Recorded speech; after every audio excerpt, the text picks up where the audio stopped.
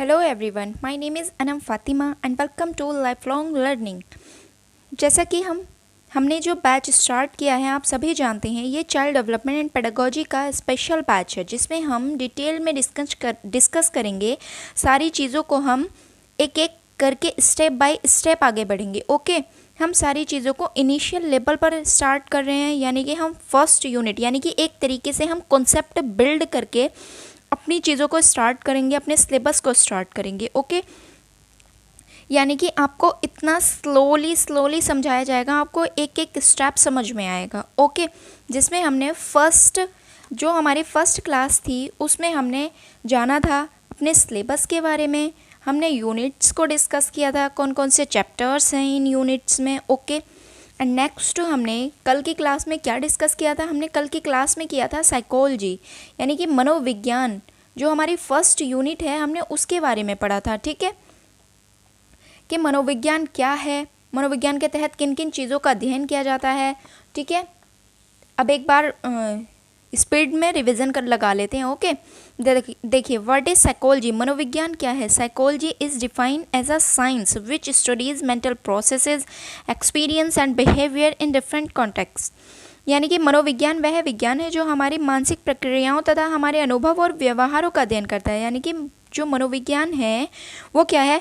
वो हमारी मानसिक प्रक्रियाओं यानी कि जो हमारे माइंड में प्रोसेस हो रही हैं, हमारी मेंटल प्रोसेसेस को, एंड अनुभव यानी कि जो हम एक्सपीरियंस करते हैं लाइफ में किसी भी चीज़ को लेकर के उनको, एंड जो हमारा बिहेवियर है किसी भी चीज़ को लेकर के, हमारा अच्छा बिहेवियर एंड हमारा जो गलत बिहेवियर होता है वो भी। तो मनोविज्ञान के तहत क्या किया जाता है? साइकोलॉजी के अंदर इन सारी चीज़ों को अध्ययन किया जाता है, स्टडी किया जाता है। एंड नेक्स्ट, मनोविज्ञान के तहत मेंटल प्रोसेसेस यानी कि मानसिक प्रक्रियाएं या क्रियाएं, फिर एक्सपीरियंस, बिहेवियर का अध्ययन किया जाता है। नेक्स्ट आता है साइकोलॉजी में दो महत्वपूर्ण तत्व माने जाते हैं। कौन कौन से? स्टिमुलस एंड रिस्पॉन्स, उद्दीपक एवं अनुक्रिया। ठीक है, स्टिमुलस क्या हो सकता है? यानी कि भूख हो सकती है, ठीक है, या फिर प्यास हो सकती है। ठीक, और अगर हमें कुछ फेवरेट खाने का मन है जैसे गोलगप्पे हुए या फिर पान कुछ और हुआ, ठीक है, तो वो क्या है? वो गोलगप्पे की खुशबू जो है वो हमारे लिए क्या है? स्टिमुलस है, या फिर वो भूख जो है हमारे लिए स्टिमुलस है। और वो उस खाने को ढूंढना या फिर गोलगप्पे की खुशबू से जो हमारे मुंह में लार आती है, उस लार का आना क्या है? रिस्पॉन्स है, यानी कि अनुक्रिया है। और जो हम एक्शन करेंगे, ठीक है, जो हमारा एक्शन हुआ वो क्या है? वो रिस्पॉन्स है। Both can be internal and external, ये आंतरिक एवं बाह्य दोनों हो सकते हैं। आंतरिक और बाह्य कैसे? देखिए, इंटरनल आंतरिक क्या हो सकता है? आंतरिक हमारे लिए भूख हो सकती है, प्यास हो सकती है। एंड एक्सटर्नल क्या हो सकता है? एक्सटर्नल हमारे लिए कोई बंगला, गाड़ी, ठीक है, ये सब हो सकता है। स्टिमुलस एक प्रकार का लालच कह सकते हैं आप। साइकोलॉजी शब्द का फर्स्ट यूज़ यानी कि प्रथम प्रयोग किसने किया था? साइकोलॉजी शब्द का रुडोल्फ गोकल ने 1590 ईस्वी में। ठीक है, ये कल मैं पढ़ा चुकी हूँ, ये सिर्फ आज हम रिवाइज कर रहे हैं। ठीक है, साइकोलॉजी, ये जिन्होंने आज वाली क्लास नहीं देखी है वो पहले कल वाली क्लास देख लें। ओके, और पीडीएफ में टेलीग्राम चैनल पर शेयर कर दूंगी जिसकी लिंक डिस्क्रिप्शन बॉक्स में है, आप चाहे तो नोट डाउन भी कर सकते हैं। साइकोलॉजी ग्रीक भाषा के दो शब्दों से मिलकर बना है, साइकी प्लस लोगोस। साइकी का इनिशियल मतलब यानी कि 16वीं शताब्दी में क्या हुआ करता था? अरस्तु के टाइम पे साइकी का मतलब हुआ करता था सोल, ठीक है, और उसके बाद हुआ मन। मन कब हुआ? मन हुआ 17वीं शताब्दी में पेस्ट्रोलॉजी के टाइम पे। एंड व्यवहार कब हुआ? व्यवहार तब कहा जाने लगा ये जब ये अलग से, ठीक है। एंड लोगोस का अर्थ होता है अध्ययन करना, स्टडी या साइंस, ठीक है। अब देखिए, साइकोलॉजी क्या है? Was a part of philosophy, यह पहले दर्शन शास्त्र का ही भाग हुआ करती थी। जो साइकोलॉजी है, मनोविज्ञान है, यह पहले दर्शन शास्त्र का ही भाग था, कोई इंडिपेंडेंट सब्जेक्ट नहीं था, अलग से नहीं पढ़ा जाता था। जैसे अब हम अलग से पढ़ रहे हैं ना, उस टाइम पे ये अलग से नहीं पढ़ा जाता, फिलोसफी में स्टडी किया जाता था। लेकिन जब क्या हुआ, जब लैब इस्टेब्लिश हुई तो उसके बाद क्या हुआ? ये एक इंडिपेंडेंट सब्जेक्ट बन गया। लैब इस्टेब्लिश होने के बाद ये इंडिपेंडेंट सब्जेक्ट बन गया और फिर ये अलग से साइकोलॉजी मनोविज्ञान के रूप में पढ़ा जाने लगा। Is mother of all sciences, यानी कि जो हमारा मनोविज्ञान है, जो फिलॉसफी है, दर्शन शास्त्र है, वो सभी प्रकार के विज्ञान की शाखाओं की क्या कहलाता है? जननी कहलाता है। ठीक, जो फिलॉसफी है नेक्स्ट, आधुनिक समय में व्यवहार के अध्ययन को क्या कहते हैं? साइकोलॉजी कहते हैं, यानी कि मनोविज्ञान कहते हैं। वुडवर्थ का कथन है, पहले मनोविज्ञान ने अपनी आत्मा को खोया, फिर अपने मन को खोया, तथा अब थोड़ा बहुत व्यवहार बाकी है। देखिए, हम इतनी स्पीड में इसलिए चल रहे हैं क्योंकि कल हम डिटेल में डिस्कस इस चीज़ को कर चुके थे। आज मैं सिर्फ रिवीजन करवा रही हूँ। ओके, अब देखिए, ये कुछ फ्यू डेफिनेशंस हैं। वॉटसन का कथन है, मनोविज्ञान व्यवहार का शुद्ध विज्ञान है। स्किनर, मनोविज्ञान व्यवहार और अनुभव का विज्ञान है। देखिए, ये डेफिनेशन अगर आप बार बार देखेंगे तो आपको याद हो जाएंगी, अदरवाइज डेफिनेशन होने को बहुत सारी हैं। अगर मैं लिखवाऊँ तो कोई लाभ नहीं है, कोई एडवांटेज नहीं है। अगर 100 में से एक आध डेफिनेशन आ जाए तो उससे ज़्यादा उसमें टाइम वेस्ट ज़्यादा होगा। इससे ज़्यादा अच्छा है कि आप कुछ कहीं और टाइम जो है तुम्हारा वो इन्वेस्ट कर लें। ठीक है, अब देखिए नेक्स्ट है मैकडूगल, मनोविज्ञान आचरण और व्यवहार का यथार्थ विज्ञान है। वुडवर्थ का कथन है, मनोविज्ञान वातावरण के संदर्भ में व्यक्ति के क्रियाकलापों का वैज्ञानिक अध्ययन है। ठीक, अब देखिए नेक्स्ट क्या आता है? नेक्स्ट आता है कि सबसे पहली मनोविज्ञान की प्रयोगशाला किसने इस्टेब्लिश की, किसने स्थापित की? फर्स्ट लैबोरेटरी ऑफ साइकोलॉजी, मनोविज्ञान की प्रथम प्रयोगशाला विल्हेम वुंट ने स्थापित की 1969 में, यानी कि 1979 में लिप्जिग, जर्मनी में। ओके, फिर नेक्स्ट है फादर ऑफ एक्सपेरिमेंटल साइकोलॉजी, कौन कहलाते हैं? विलियम वुंट, यानी कि प्रायोगिक मनोविज्ञान के जनक कहलाते हैं विलियम वुंट। कब से? यानी कि जब इन्होंने लेबोरेटरी इस्टेब्लिश कर दी ना, उसके बाद से ये प्रायोगिक मनोविज्ञान के जनक कहलाते हैं। क्यों? क्योंकि सबसे पहले प्रयोग साइकोलॉजी में इन्होंने ही स्टार्ट किए थे, विलियम वुंट ने, इसलिए इसका श्रेय इन्हीं को जाता है। इसलिए ये फादर कहलाते हैं एक्सपेरिमेंटल साइकोलॉजी के father. First laboratory of psychology in India, Bharat में पहली मनोविज्ञान की प्रयोगशाला डॉक्टर NN सेन गुप्ता ने 1916 में कलकत्ता में स्थापित की। ठीक है, अब नेक्स्ट आता है, दो ब्रेन इमेजिंग टेक्निक हैं, मानसिक चित्रण तकनीक, यानी कि ब्रेन की इमेज ली जाएगी। ठीक है, ऐसी टेक्निक्स हैं जिसमें ब्रेन की इमेज ली जाएगी, रियल टाइम में हमारा ब्रेन में क्या प्रोसेस हो रही है, यानी कि इस टाइम मैं आपको पढ़ा रही हूँ तो मेरे माइंड में क्या प्रोसेस चल रही है इस चीज़ को लेकर के। ठीक है, उस चीज़ को स्टडी किया जाएगा। जैसे MRI होता है, उसका ये एडवांस वर्जन है फंक्शनल मैग्नेटिक रेजोनेंस इमेजिंग और फंक्शनल MRI। ठीक है, इसमें क्या होगा, इन दोनों टेक्निक्स में क्या होता है, रियल टाइम में हमारे माइंड में जो भी प्रोसेस हो रही है, जो भी प्रक्रिया चल रही है, उसका क्या किया जाएगा, उसकी इमेज ली जाएगी, उसको देखा जाएगा, उसको जाना जाएगा कि क्या प्रोसेस चल रही है माइंड में। ओके, नेक्स्ट है EEG, इलेक्ट्रोएन्सेफेलोग्राम। ठीक, फिर है these can study brain process in real time. ठीक है, ये दोनों जो टेक्निक्स हैं, ये दोनों क्या करती हैं, ये दोनों रियल टाइम में हमारे ब्रेन में जो प्रोसेस हो रही है उसको स्टडी करने के काम आती हैं। अब देखिए नेक्स्ट है, हमारी फर्स्ट यूनिट में क्या था, हमारी फर्स्ट यूनिट में था साइकोलॉजी। अब हमने क्या क्या पढ़ लिया, हमने फर्स्ट डिस्कस किया मनोविज्ञान के बारे में। अब दूसरा हम जानेंगे एजुकेशन साइकोलॉजी, यानी कि शैक्षिक मनोविज्ञान क्या है। आइए फिर स्टार्ट करते हैं। देखिए, एजुकेशन साइकोलॉजी यानी कि शैक्षिक मनोविज्ञान क्या है। अब शैक्षिक मनोविज्ञान क्या है, यानी कि जब मनोविज्ञान के नियमों का, सिद्धांतों का, ठीक है, जो मनोविज्ञान है उसके नियमों का, सिद्धांतों का पालन जो है, उन नियमों और सिद्धांतों का जो यूज़ है वो कब होने लगे, वो बालक के व्यवहार को इन्हेंस करने के लिए स्कूल के एनवायरनमेंट में यूज़ होने लगे, यानी कि हम उसको स्कूल में यूज़ किया जाने लगे, जो साइकोलॉजी के नियम्स एंड प्रिंसिपल्स हैं। देखिए ये लिखा हुआ है, शिक्षा मनोविज्ञान में मनोविज्ञान के नियम, यानी कि जो एजुकेशन साइकोलॉजी है उसमें क्या है, साइकोलॉजी के जो रूल्स हैं, सिद्धांत, जो प्रिंसिपल्स हैं, उनका प्रयोग शैक्षणिक वातावरण यानी कि एजुकेशन एनवायरनमेंट में बालक के व्यवहार यानी कि जो बच्चे का बिहेवियर है उसमें परिवर्तन लाने के लिए किया जाता है। यानी कि बच्चा अगर निगेटिव एक्टिविटी कर रहा है या फिर कुछ भी अलग कर रहा है, ठीक है, तो उसका जो बिहेवियर है उसको स्टडी करके, उसके बिहेवियर को देख करके जो मनोविज्ञान, जो साइकोलॉजी के रूल्स हैं और प्रिंसिपल्स हैं उनका यूज़ करके शैक्षिक वातावरण में यानी कि जो स्कूल क्लासरूम है उसमें यूज़ करके बच्चों का जो बिहेवियर होता है उसको चेंज किया जा सकता है। ठीक है, जब मतलब सिंपल लैंग्वेज में समझ लीजिए, जब मनोविज्ञान के नियमों को और सिद्धांतों का प्रयोग शिक्षा में किया जाने लगे तो वो क्या कहलाता है, वो शिक्षा मनोविज्ञान कहलाता है। बस इतनी सी बात है, ठीक। फादर ऑफ एजुकेशन साइकोलॉजी कौन कहलाते हैं, थॉर्नडाइक, ठीक है, यानी कि शैक्षिक मनोविज्ञान के जनक, शैक्षिक मनोविज्ञान के जनक कौन कहलाते हैं, थॉर्नडाइक। अब देखिए नेक्स्ट है जेम्स ट्रेवर क्या कहते हैं शिक्षा मनोविज्ञान के बारे में।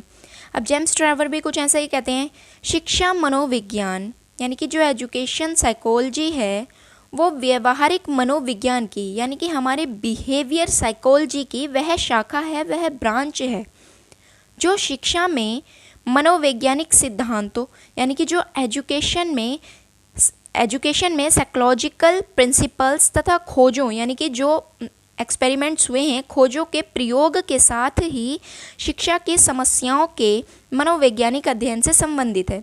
यानी कि क्या कहना चाह रहे हैं, ये भी यही कहना चाह रहे हैं कि जो शिक्षा में समस्याएं आती हैं ना, उन समस्याओं को जो हमारा मनोविज्ञान है उसके सिद्धांतों का और उसके प्रयोगों का यूज़ करके हम क्या कर सकते हैं, उन समस्याओं को दूर कर सकते हैं, मनोवैज्ञानिक अध्ययन से संबंधित है, ठीक है। नेक्स्ट आता है मेथड्स ऑफ साइकोलॉजी। अब मनोविज्ञान की विधियाँ कौन कौन से मेथड्स हैं, ठीक है, यानी कि जो मेथड्स हैं वो कौन कौन से हैं। पहला है ऑब्जर्वेशन मेथड, अवलोकन विधि। अवलोकन विधि क्या होती है, ऑब्जर्वेशन यानी कि किसी को ऑब्जर्व करना, किसी भी बच्चे को ऑब्जर्व करना, देखना कि वो कैसी एक्टिविटी कर रहा है, कैसे चल रहा है, कैसे बोल रहा है, कैसे देख रहा है, यानी कि उसे पता भी हो सकता है कि हम उसे ऑब्जर्व कर रहे हैं और नहीं भी कर रहे हैं, ठीक है। दूसरा आता है एक्सपोजिशन मेथड यानी कि विवरणात्मक विधि। वैसे देखकर ही पता चल रहा है विवरणात्मक यानी कि विवरण किया जाएगा, चीज़ों को डिटेल में बताया जाएगा। इसमें क्या है, इसमें सिर्फ अवलोकन किया जाएगा, हम अंदर ही अंदर अवलोकन कर रहे हैं, देख रहे हैं, ऑब्जर्व कर रहे हैं उसकी एक्टिविटीज़ को, ठीक है। और एक्सपोजिशन में क्या है, पूरा मेथड तैयार किया जाएगा, पूरा विवरण किया जाएगा, चीज़ों को एक एक करके नोट डाउन किया जाएगा, ठीक। अब देखिए यही ऑब्जर्वेशन मेथड में कौन कौन से मेथड आ जाते हैं अवलोकन विधि में। अब अवलोकन विधि में कौन कौन से मेथड आते हैं, फर्स्ट आपको दिख रहा होगा इंट्रोस्पेक्शन मेथड यानी कि आत्मनिरीक्षण विधि। अब आत्मनिरीक्षण विधि क्या होती है, आत्मनिरीक्षण विधि होती है इंट्रोस्पेक्ट यानी कि खुद के अंदर आंख बंद करके खुद के ही अंदर झांकना, ठीक, कि हमारे मन में चल क्या रहा है किसी भी चीज़ को लेकर के, ठीक, एक पॉइंट ऑफ टाइम पे कि हम किसी भी चीज़ के बारे में हम सोच क्या रहे हैं, ठीक। और ये जो है इंट्रोस्पेक्शन मेथड जो है ये सबसे ओल्डेस्ट मेथड कहलाता है साइकोलॉजी का, ठीक है, एंड मोस्ट सब्जेक्टिव है, oldest method and most subjective. मैं नोट कर देती हूँ, ओके। जो इंट्रोस्पेक्शन मेथड है ये क्या कहलाता है, ओल्डेस्ट मेथड कहलाता है साइकोलॉजी का, oldest and most subjective, most subjective method कहलाता है साइकोलॉजी का। क्यों, क्योंकि अभी आप आगे चल के स्कूल्स ऑफ साइकोलॉजी में पढ़ेंगे तो सबसे पहला जो हमारा स्कूल आएगा स्ट्रक्चरलिज्म, उसमें सब इसी की बात होती है, आत्म निरीक्षण की ही बात होती है कि भाई अपने अंदर इंट्रोस्पेक्ट करो, अपने अंदर झांको कि तुम्हारे माइंड में किसी भी चीज़ को लेकर के या तुम्हारे मन में चल क्या रहा है। और ये क्या है, सब्जेक्टिव है। अब सब्जेक्टिविटी क्या होती है, देखिए ऑब्जेक्टिविटी होती है और एक दूसरी होती है सब्जेक्टिविटी। ऑब्जेक्टिविटी होती है 4 ऑप्शन होंगे यानी कि 1 2 3 4 ऑप्शन होंगे और उन चारों के क्या होंगे, अलग अलग तो नहीं, एक ही आंसर होगा। यानी कि जैसे देखिए ये है ऑब्जेक्टिविटी,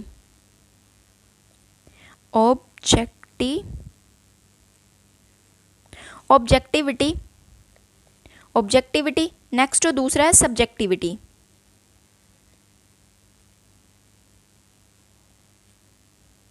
अब देखिए ऑब्जेक्टिविटी क्या होती है, ऑब्जेक्टिविटी होता है किसी भी क्वेश्चन के कितने 4 ऑप्शन होंगे, 2 3 4, ठीक। और ये क्या होंगे, सभी के लिए क्या होगा, अगर 2 सही है तो सभी के लिए 2 सही होगा। और सब्जेक्टिविटी क्या है, सब्जेक्टिविटी वो है किसी भी चीज़ को लेकर के अगर कोई चीज़ हमें सोचने के लिए दी जाए कि आप इस चीज़ के बारे में सोचें तो मैं अलग तरीके से सोचूंगी, ठीक है। देन दूसरा पर्सन कोई होगा या फिर आप सोचेंगे तो आप अलग तरीके से सोचेंगे। अगर आपको कोई पर्सन पसंद है आप उसके बारे में सोचते हैं, या फिर आपकी कोई चीज़ फेवरेट है, ठीक है, जैसे आपके गोलगप्पे फेवरेट हैं, आप उसके बारे में सोचते हैं तो आपको बहुत अच्छा लग रहा होगा, ठीक। देन दूसरा पर्सन अगर उसी गोलगप्पे के बारे में सोच रहा है जिसे पसंद नहीं है, तो उसके माइंड में अलग उस चीज़ को लेकर के एक्सपीरियंस होगा, ठीक है। तो सब्जेक्टिविटी में क्या होगा, सब्जेक्टिविटी में सबके जो आंसर्स होंगे, सबके आंसर्स क्या होंगे, डिफरेंट होंगे, सबको कोई अलग अलग चीज़ ही पसंद आएगी, ठीक है। लेकिन ऑब्जेक्टिविटी में क्या होगा, जैसे हमारा एग्जाम पेपर आता है ना, ऑब्जेक्टिव होता है, ऑब्जेक्टिविटी होती है उसमें, यानी कि सबके लिए अगर दूसरे क्वेश्चन का आंसर सही है, दूसरा ऑप्शन सही है, तो वो सभी के लिए सही है, ठीक है। लेकिन सब्जेक्टिविटी क्या होती है, सब्जेक्टिविटी में पर्सन टू पर्सन वेरी करती हैं चीज़ें, कि कौन से पर्सन को क्या पसंद है, किस पर्सन को क्या पसंद है, ठीक है। अब देखिए क्या है इंट्रोस्पेक्शन मेथड, क्या होता है, यानी कि इसमें क्या है, खुद को ही, जैसे कुछ लोग मेडिटेशन करने के लिए बैठते हैं ना, कि वो अपने अंदर ही झांक रहे होते हैं कि उनको किसी चीज़ को लेकर के वो क्या सोच रहे हैं, क्या कर रहे हैं, ठीक है। नेक्स्ट आता है ऑब्जर्वेशन या फिर एक्सट्रोपेक्शन मेथड, अवलोकन विधि। अब ये क्या है, ये आत्मनिरीक्षण का जस्ट ऑपोजिट है अंतर्दृष्टि विधि। इसमें क्या है, बाहर अवलोकन किया जाता है, इसमें तो इंट्रोस्पेक्ट किया जा रहा था, अंदर देखा जा रहा था, लेकिन इसमें क्या है होगा, बाहर देखा जाएगा। फिर नेक्स्ट आता है एक्सपेरिमेंटल मेथड, प्रायोगिक विधि। इसमें क्या होगा, प्रयोग, यानी कि जो एक्सपेरिमेंट हो रहे होंगे, एक्सपेरिमेंट होते हुए किसी को ऑब्जर्व किया जाएगा, कोई एक्सपेरिमेंट में क्या एक्टिविटी करा, कि हाँ इसने ये एक्टिविटी सही की, ये एक्टिविटी की, ओके, ठीक है। यानी कि एक्टिविटी करते हुए जो एक्सपेरिमेंट, प्रयोग हो रहे हैं एक्सपेरिमेंट करते टाइम, उसे ऑब्जर्व किया जाएगा। नेक्स्ट होता है फील्ड स्टडी मेथड, यानी कि आप बाहर गए देखने के लिए, कहीं एक्सपेरिमेंट चल रहे हैं, क्षेत्र अध्ययन विधि, कहीं आप फील्ड में गए किसी भी साइंस में या फिर किसी भी चीज़ को लेकर के कोई प्रयोग चल रहा है, एक्सपेरिमेंट चल रहा है, आपने देखा कि कैसे कैसे लोग एक्सपेरिमेंट कर रहे हैं, कैसे कैसे व्यवहार कर रहे हैं, ठीक है, आप ऑब्जर्व कर रहे हैं उनको। अब देखिए नेक्स्ट क्या आता है हमारा, नेक्स्ट आता है एक्सपोजिशन मेथड, जो फर्स्ट हमने क्या डिस्कस किया, देखिए ऑब्जर्वेशन मेथड डिस्कस किया। अब नेक्स्ट करते हैं हम एक्सपोजिशन मेथड।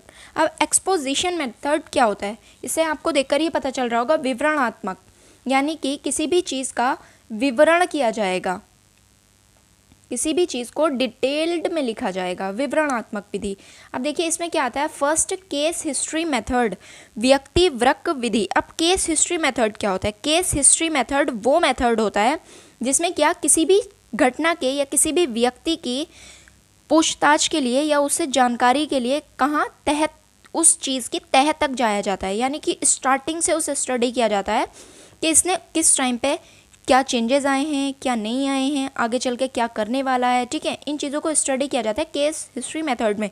जैसे आपने CID देखा होगा ना, उसमें किसी भी एक घटना को लेकर के क्या किया जाता है, स्टडी किया जाता है। या कोई भी आपने ऐसी मूवी देखी होगी जिसमें किसी भी पर्सन को एक लंबे टाइम से, एक पुराने टाइम से आते हुए स्टडी किया जाता है, उसकी पूरी तह निकाली जाती है, ठीक है, एक तरीके से गड़े मुर्दे उखाड़े जाते हैं। नेक्स्ट आता है सर्वे मेथड, सर्वेक्षण विधि। अब ये सर्वे मेथड क्या होता है, सर्वे मेथड वो मेथड होता है जो लार्ज पॉपुलेशन के लिए किया जाता है, जैसे जनगणना वगैरह होती है ना। दूसरा आता है कंपैरेटिव मेथड, यानी कि तुलनात्मक विधि। इसमें क्या किया जाता है, इसमें कंपेयर किया जाता है चीज़ों को या पर्सन को, ठीक है, ये है कंपैरेटिव मेथड। दूसरा आता है साइको एनालिटिक मेथड, मनोविश्लेषण विधि, ठीक है। अब ये जो साइको एनालिटिक मेथड है, इसको साइको एनालिटिक्स को हम आगे चल कर भी डिस्कस करेंगे। मनोविश्लेषणवाद के जनक कौन है, आप मुझे कमेंट बॉक्स में ज़रूर बताएं, ठीक है। मनोविश्लेषणवाद के जनक कौन हैं, आप मुझे कमेंट बॉक्स में ज़रूर बताएं। नेक्स्ट है साइकोफिजिकल मेथड, मनोभौतिकी विधि, ठीक है। मनोभौतिकी विधि क्या होता है,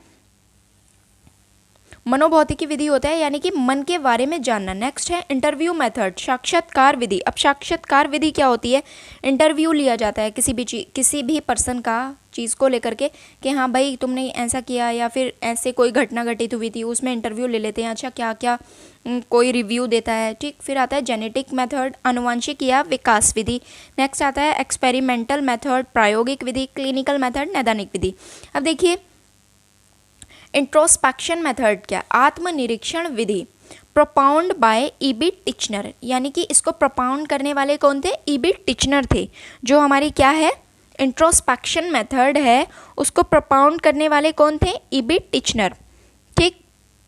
इसमें क्या किया जाएगा, इसमें सेल्फ अवलोकन यानी कि स्व अवलोकन किया जाता है। इंट्रोस्पेक्शन मेथड में स्वयं अवलोकन यानी कि खुद का ही अवलोकन किया जाता है, खुद को ही अंदर खुद के ही अंदर झांका जाता है, खुद के ही अंदर आंख बंद करके देखा जाता है कि हमारे माइंड में किसी भी चीज़ को लेकर के हम किसी भी चीज़ को बारे में क्या सोच रहे हैं। ठीक है, नेक्स्ट है सब्जेक्टिव ऑब्जर्वेशन मेथड। ये क्या है, ये सब्जेक्टिव ऑब्जर्वेशन मेथड है, यानी कि सब्जेक्टिव कैसे, पर्सन टू पर्सन चेंज होता जाएगा। ठीक, पर्सन टू पर्सन ऑब्जर्व किया जाएगा, यानी कि सबके अलग अलग उद्देश्य होंगे, सबके अलग अलग विचार होंगे किसी भी एक चीज़ को लेकर के। ठीक है, सब्जेक्ट यानी कि प्रायोज्य एंड इन्वेस्टिगेटर जो अध्ययन करता है इज़ द सेम पर्सन, यानी कि सब्जेक्ट भी हम खुद ही हैं। मैं अगर अपने अंदर सोच रही हूँ किसी भी चीज़ के बारे में तो मैं खुद ही तो बता रही हूँ कि हाँ मैं बहुत अच्छी हूँ, पर ज़रूरी नहीं है कि मैं आपको अच्छी लगूँ। ठीक है, फिर ओल्डेस्ट मेथड ऑफ साइकोलॉजी, ये साइकोलॉजी का सबसे ओल्डेस्ट मेथड कहलाता है, सबसे पुरानी विधि कहलाती है। ऑब्जर्वेशन मेथड, अवलोकन विधि, प्रोपाउंड बाय वॉटसन। अब देखिए क्या ये वॉटसन ने प्रतिपादित की थी, जो ऑब्जर्वेशन मेथड है जहाँ एक्सपेरिमेंट नहीं किया जा सकता वहाँ अवलोकन विधि का प्रयोग किया जाता है। अब देखिए हर जगह एक्सपेरिमेंट तो किए नहीं जा सकते, है ना, ज़रूरी नहीं है कि जैसे उन्होंने किया था, किन्होंने किया था एक, यानी कि हर चीज़ पे एक्सपेरिमेंट होना संभव नहीं है। ठीक है, ज़रूरी नहीं है हर चीज़ पे एक्सपेरिमेंट किया जाए। नेक्स्ट है, यह दो प्रकार से किया जाता है जो ऑब्जर्वेशन होता है।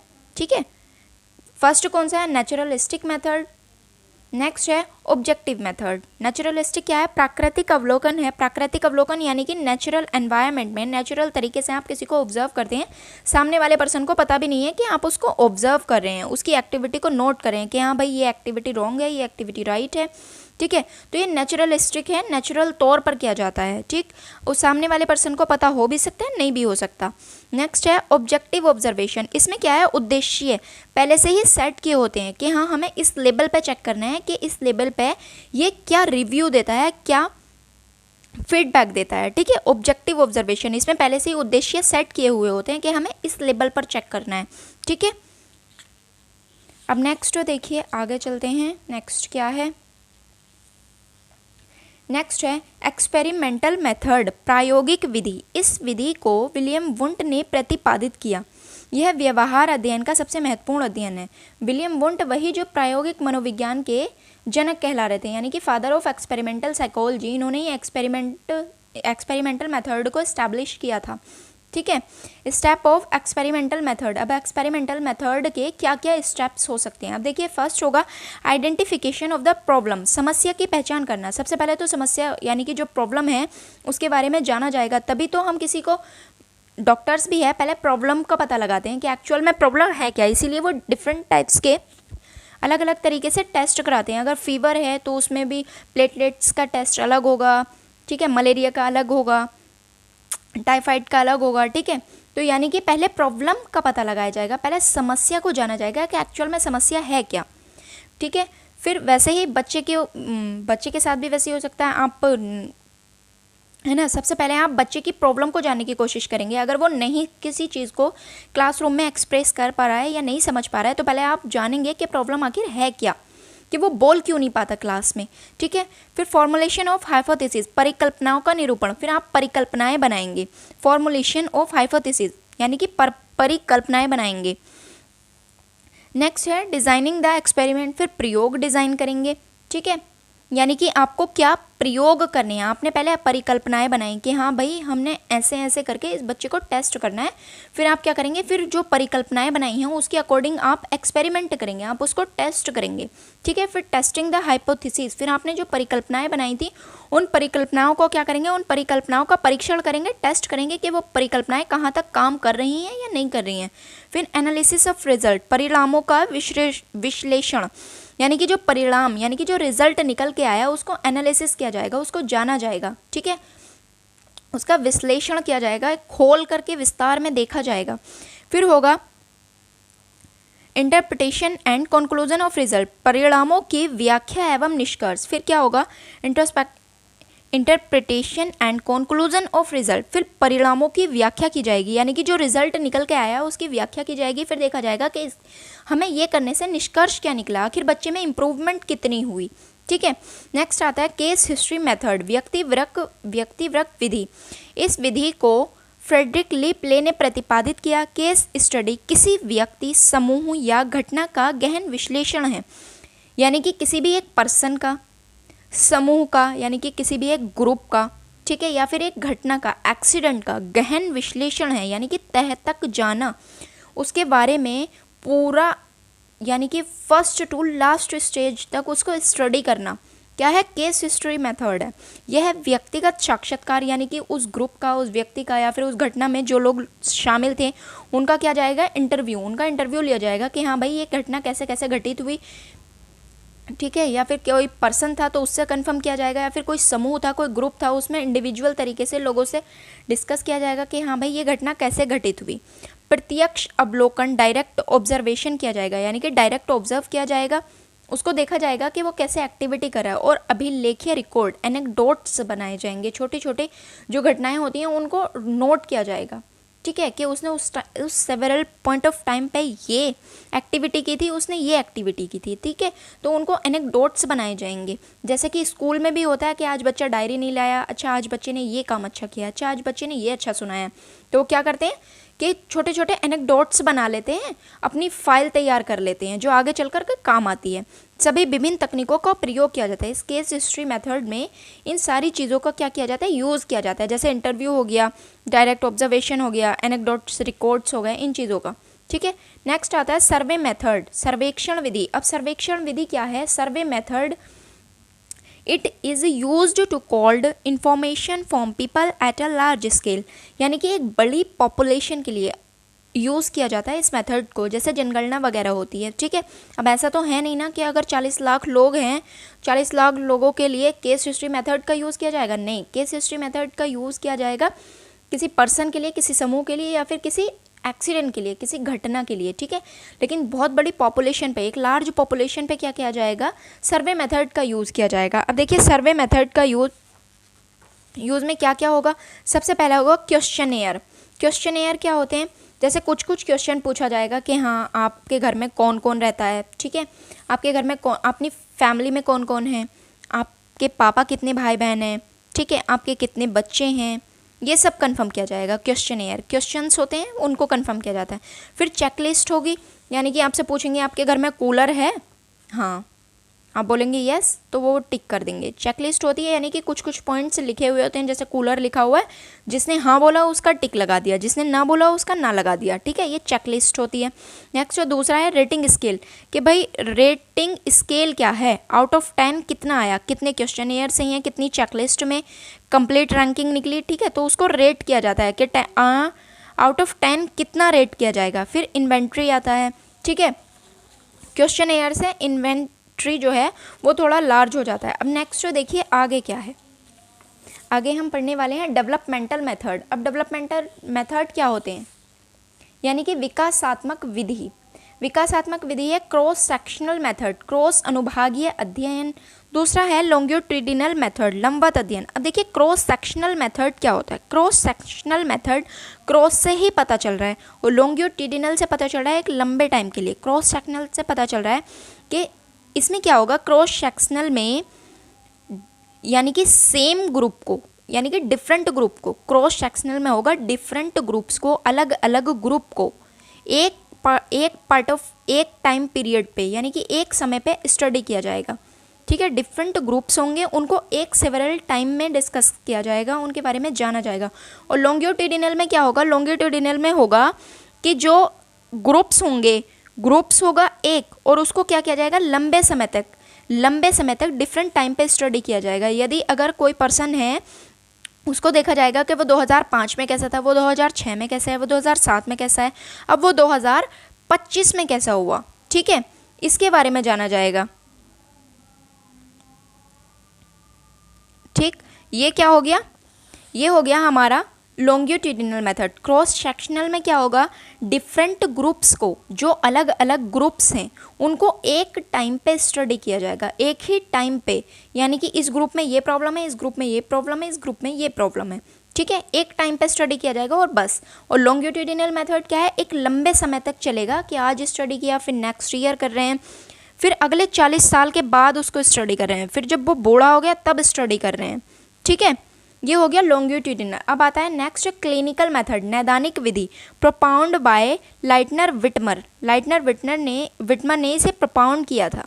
ठीक है, अब देखिए मानसिक बीमारी, ये जो क्लिनिकल मेथड है, नैदानिक विधि है, ये मानसिक बीमारी यानी कि मेंटल इलनेस एंड असामान्य व्यवहार, एबनॉर्मल बिहेवियर, मनोरोग समस्या के उपचार से संबंधित मनोविज्ञान की शाखा है। यानी कि जो मनोरोग समस्या हैं, जो हमारी मेंटल इलनेस और एबनॉर्मल बिहेवियर है, जो बच्चे क्लास में एबनॉर्मल बिहेवियर करते हैं, मेंटल इलनेस होती है या फिर किसी भी तरीके की कोई प्रॉब्लम होती है, तो उसके बारे में अध्ययन किया जाता है क्लिनिकल मेथड के अंतर्गत। ठीक है, ये उन्हीं के उपचार से संबंधित मनोविज्ञान की शाखा है।